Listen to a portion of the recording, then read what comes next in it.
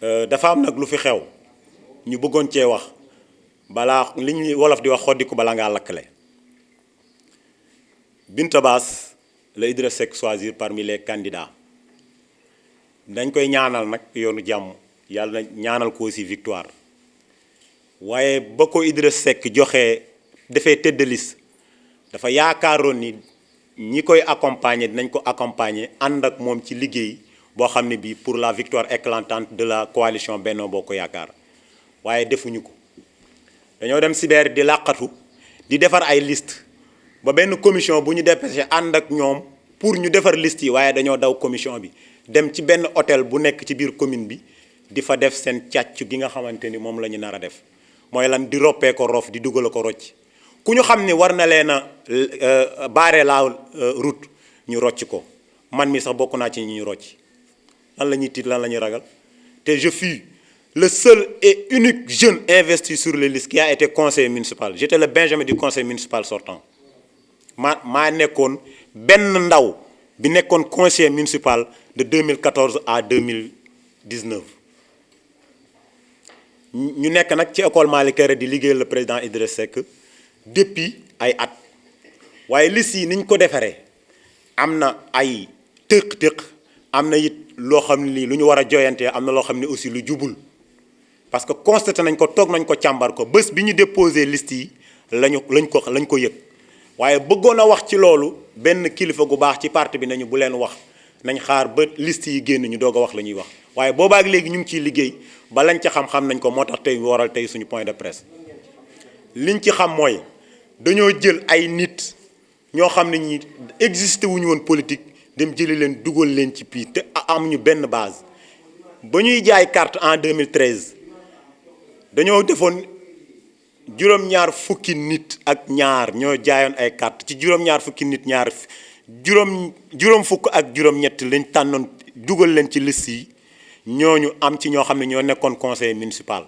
ña nekkoon conseil municipal nag te ñoo xamante ni ñoom ñooy base parti bi ñooñu lañ seppi sànni fële kon ñu jàpp ni parti bi la ñuy dindi teg ko ci touche yi ñi nekkul parti bi nag ñoom lañ jël def leen ci biir liste yi loolu dina am ay conséquences nag bu dee Idrissa Seck réagirul dajalewul njabootam saam leen bu bëggee gagné commune Thiès Ouest parce que mi ngi noonu bu ma perte commune bàyyi politique su bëggee continuer politique na réparer injustice bi fi am mu dajale njabootam saam leen waxtaan ak ñoom balaa leneen di am loo xam ne ëllëg si bi ay rëccu da ci am.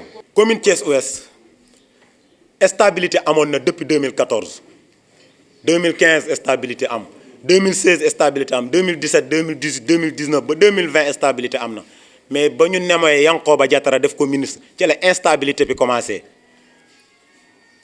ci la instabilité bi commencé ngir lan ngir faagaagal ñoo xam ne ñi ànduñoo ak moom pour dundal ñoo xam ne ñi existé wuñu woon ci biir parti bi bokkoo ku àndul ak moom bokkoo ku ko taggalul ay maamam bokkoo du am looloo ñu fi tax a toog du ñu quitter parti bi comme ni ko ñenn ñi defee mer dem Idrissa Seck àndu ci yëgu ko waaye daf ko war a yëg moo tax ñu koy lancer alerte na dajale njabootam saam leen tey jii li xew ci biir commune Thiès Ouest moom lañ leen di wax nii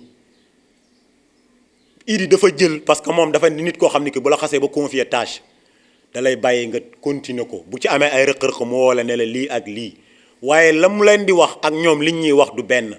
loolu dañ koy gam-gam leen nag waaw parce que bu matoon li mu doom parti bi actuellement du fissuré wu ni mu fissuré te nag Idrissa Seck war naa réagir balaa leneen di am maanaam vote sanction wala nit ñi téye seeni yoxo ci élection yii Idrissa Seck bu daan gagné commune bi à 60% tey mu ànd ak Benno Bokk Yaakaar te mënu koo gagné à 60% c'est parce que y a problème et le problème c'est au sein de réew mi na ko réparer nag balaa muy yéex ni mu ko mën a réparer mooy na boole njabootam saam leen wax leen li fi ne ñoom it ñu wax ko li ñu yëg ñu ànd dem campagne gagné bëy woyul mbuus parce que bu ndox tuure an bàqa des fii ak élection yi lu bari mën na fee xew fii ak élection yi lu bari mën nañ ko fee joyanti ndaxte ba ñuy teggi Maïmouna Dieng fii ci biir commune Thiès Ouest en 2014 yaakaaroon nañu dina am yeneen vote mais ba ñu toogee waxtaan suñu biir lépp teey na ba ñu gagné commune bi avec la plus belle des manières waaye kon tey jii bu ñu demee ba commune bi mel nii c'est parce que am na ci ñoo xam ne ñi bugguñu képp ku àndal ak ñoom nekk ci liste yi ñi ànd ak ñoom donte amuñu base deewoon nañu ba ñu bëgg leen a dekkil actuellement ci loolu lañ nekk. 18 coordonnateurs ñoo xam ne ñoo doon contrôler les centres de vote 5 lañ ci investir.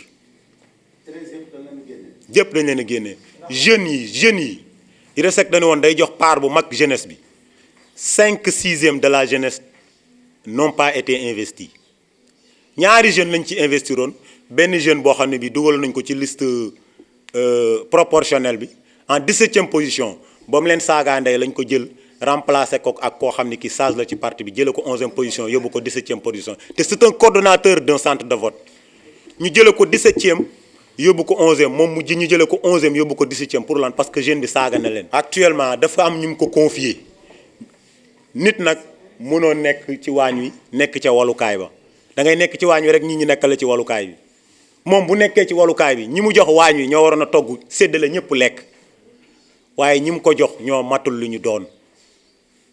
mën naa ni nag ñett ñi ànd ak Binta Bass dañ koy mbugal waaye duñ ko jëriñ dañ koy lor waaye duñ ko jëriñ ndax càcc gi ñu bëgg a def ak favoritisme bi ñu bëgg a def ci au niveau de la commune dinañ leen wax ni ça ne passera pas.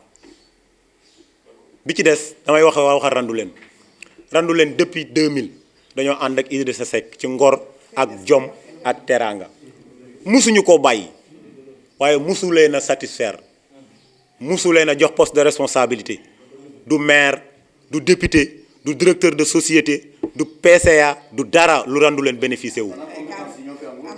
randu leen regorge pas mal de compétences beaucoup de compétences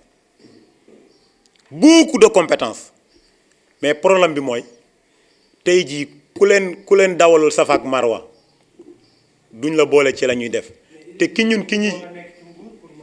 non li ma la wax Idrissa Seck joxe na fi ay maire joxe na fi ay président conseil départemental joxe na fi ay ministre randu leen li ñuy joxe ci biir parti bi randu leen am na ko te ñi ngi ci parti bi di liggéey te mosuñoo xàddi waaye nag jot na mu jox randu leen li ñu moom randu leen li ñu moom wala randu leen won na ko ñun ñoo la doon gañeel ngay génn di yëkkati say loxo te ñun ñoo contrôler centre de vote bi.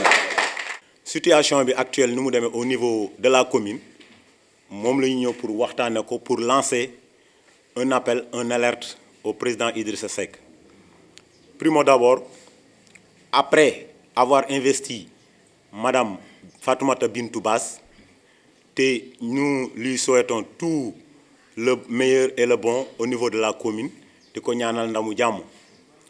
Ouais, après ce choix porté sur cette femme par M. Idrissa Seck, il y a un trio à qui il avait confiance, leur avait confié certaines choses pour qu'ils accomplissent la tâche. Mais ce trio-là se sont regroupés autour de la femme au niveau du cybercampus pour confectionner ces listes-là. Le jour où il avait commencé à confectionner ces listes, une commission a été dépêchée. Il fit le conseil municipal sortant. Madame Aram Diallo faisait partie de cette commission-là. Après leur rencontre au niveau du cybercampus, ils ne voulaient même pas accorder de l'importance à la commission dépêchée par le conseil municipal sortant ou bien par la classe politique au niveau de la commune Thiès-Ouest. Et cette classe constituée de 18 coordonnateurs, 18 coordonnatrices, 18 jeunes et 11. Mais on avait décidé certaines personnes pour qu'ils représentent la commission. Après, ils ont vu que ces personnes-là les avaient suivis pour qu'ils fassent confectionner les listes de façon normale et de façon légale. Mais ce qu'ils ont fait, ils se sont enfouis dans un hôtel de la place pour faire leur larcin politique. Et nous leur dirons que ça ne marchera pas. Ils l'ont fait le jour où ils avaient déposé ces listes-là. Nous avons constaté qu'il y avait des anomalies. Nous avons souligné aussi qu'il y avait des imperfections. Nous avons remarqué aussi qu'il y avait de la tricherie et des erreurs juridiques et monumentales. De ce fait, ils ont choisi une partie de la commune, ça veut dire Ndjel, Mbour 1, 8 personnes qui ont inséré dans la liste. Voilà. Ils ont pris Mbour 1 pour insérer 8 personnes. Mbour 1, 2 tiers Adawa est le centre numéro 1 parce que ça compte 18 bureaux de vote. Le suivi de l'école Thierno Ibrahim Sall, 12 bureaux de vote. Malikera et Ibrahima Jagay avoisinent les 9 bureaux de vote plus la contribution directe. Le président avait demandé à ce qu'on fasse le tâche de sorte que tout le monde soit au même pied d'égalité. Mais ils ne l'ont pas fait. Ils ont choisi ceux qu'ils voulaient choisir. Ils ont choisi des personnes qui ne sont pas du tout aptes à représenter le parti au niveau de la commune Thiès-Ouest. Et ces personnes-là n'étaient même pas présentes au moment de la vente des cartes. Ils n'étaient pas présents au moment de l'investiture en 2014. Maintenant, après la vente des cartes, il y avait 72 secteurs. Et ces 72 secteurs-là, 57 personnes étaient investies sur les listes. Sur les 57 personnes, 48 étaient issus des conseils municipaux au niveau de la commune Thiès-Ouest et au niveau de la ville. Maintenant, ces 48 personnes-là, le trio-là avait pris et mis de côté toutes ces personnes-là en sélectionnant tout simplement certaines personnes qui leur plaisent. Et c'est là où le bas blesse.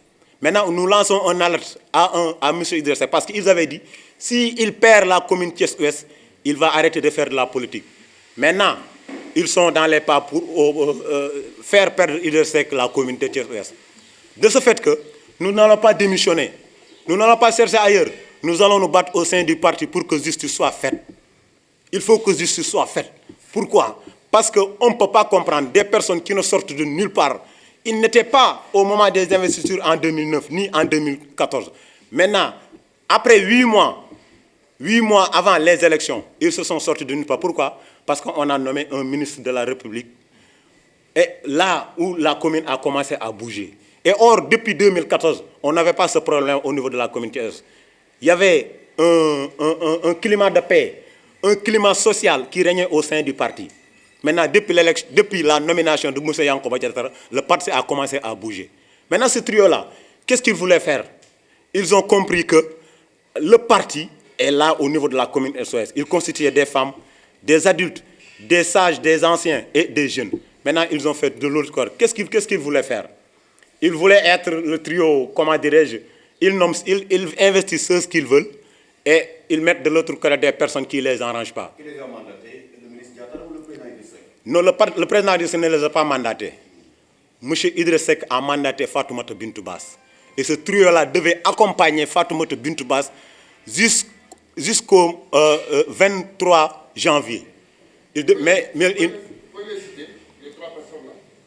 Mais est-ce que c'est... parce que je ne veux pas indexer ou bien je ne veux pas citer nommément. Mais ils se savent. Ils se savent quoi, ils se connaissent. Parce que citer une personne, c'est un peu à mon nom, je ne veux pas... Effectivement, il n'est pas au courant des faits. Je pense qu'il n'est pas au courant des faits. Parce que ces personnes-là croient qu'ils détiennent le monopole du fal et du folie. Et ils croient être Allahumma Malik al-Mulki, tuti mulk mi mantasha, wa tanzi mulk mi mantasha, wa tu'izzu man tasha, wa tuzillu man tasha. Mais ils ont oublié laysa biyadikal khayri. Laysa biyadikal khayri. Laysa biyadikal khayri. Pourquoi? Parce que laysa ala kulli shay'in qadirun. Mais ils peuvent yukhrijul mayat min al-hayy. Parce qu'ils peuvent sortir des gens qui étaient morts politiquement pour les insérer sur les listes électorales. Tout le monde ne peut pas être sur les listes. Mais il y a une existence politique au sein de la commune Thiès-Ouest.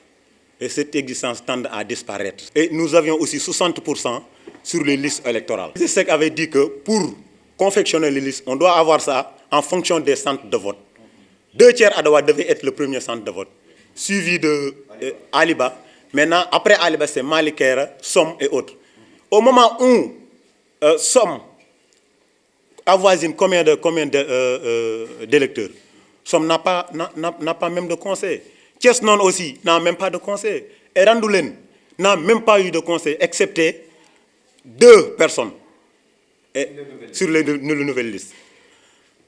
Si on voit 2 tiers Adawa, on a investi le coordonnateur, la coordonnatrice, la responsable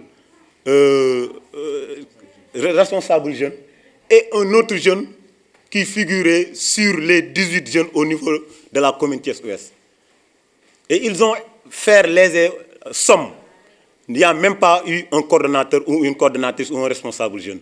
Thiès, non, il y a personne. 5 sur 18 coordonnateurs. 5 sont investis.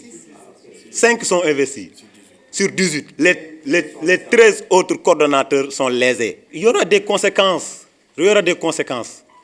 Maintenant, il faut qu'Idriss Seck revoie encore. Il faut qu'il revoie aussi sa politique de faire. Il y aura au moins une suspension parce que c'est ce qu'on n'a pas voulu ici au niveau de la commune Thiès-Ouest.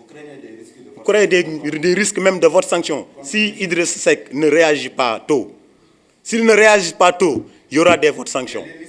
Les listes sont déjà validées. Mais il peut rectifier le tir en convoquant sa famille.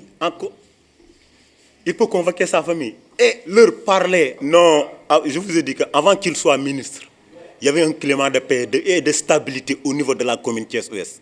Mais une fois qu'il a été nommé ministre, et l'instabilité a commencé à régner au niveau de la commune Thiès-Ouest. Et même au niveau de la ville. Non, je ne dis pas qu'il est à l'origine de ce problème. Mais après sa nomination, c'est en ce moment-là qu'on a commencé à voir ces genre de problèmes. Oui, c'était la paix. Mais aussitôt qu'il a été ministre, maintenant il y a un climat d'instabilité au niveau de la commune Thiès-Ouest.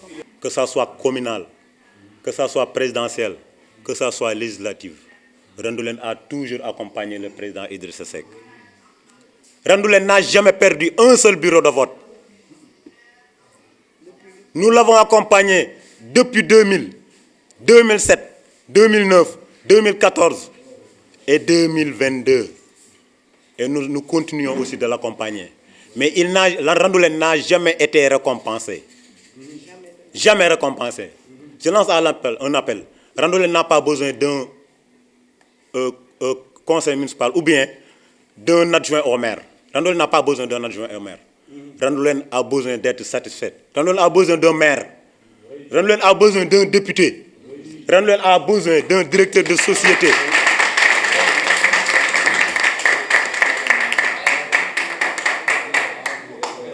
Randoulène a besoin d'un PCA.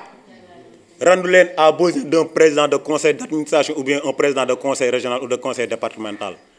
Maintenant, ceux qui se ruent derrière Diatara pour un simple poste de chargé de mission ou bien un simple poste d'adjoint au maire, on n'en a pas besoin. Ce dont on a besoin, c'est que Randoulène soit satisfait, c'est que Randoulène soit servi avec des postes de responsabilité. Maintenant, comme le fait est fait, nous l'attendons à pied ferme.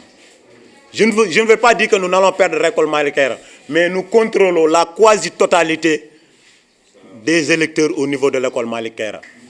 Qu'est-ce que cela veut dire? Cela veut dire que nous contrôlons les électeurs ici.